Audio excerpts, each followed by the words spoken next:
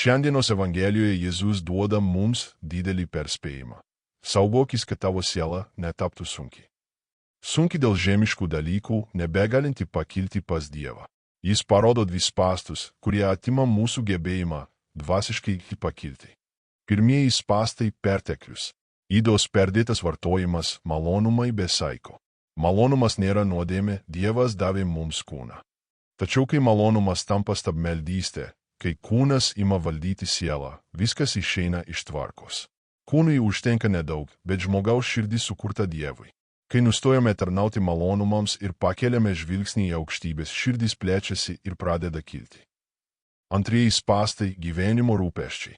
Kaip Morta, besijaudinanti dėl daugybės dalykų. Kai bandome viską išspręsti, visiems įtikti, nešti pasaulį ant savo pečių, prarandame ramybę ir esmę. Jėzus kviečia mus sutelkti dėmesį per Kristų, su Kristumi ir Kristuje. Taip atrandame tai, kas tikrai būtina. Jei norime pakilti pas Dievą, turime paleisti du svorius - nesuvaldytą malonumų vaikymasi ir perdėtus rūpesčius, vagiančius mūsų ramybę. Kūnas yra kaip išlepintas vaikas, kuo daugiau gauna, tuo daugiau nori.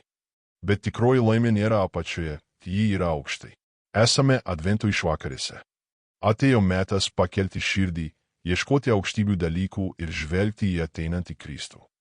Te palaimina mus Dievas lengva širdimi, kaip Marijos, kad ir mes galėtume pakilti pas jį ir rasti tikrą džiaugsmą.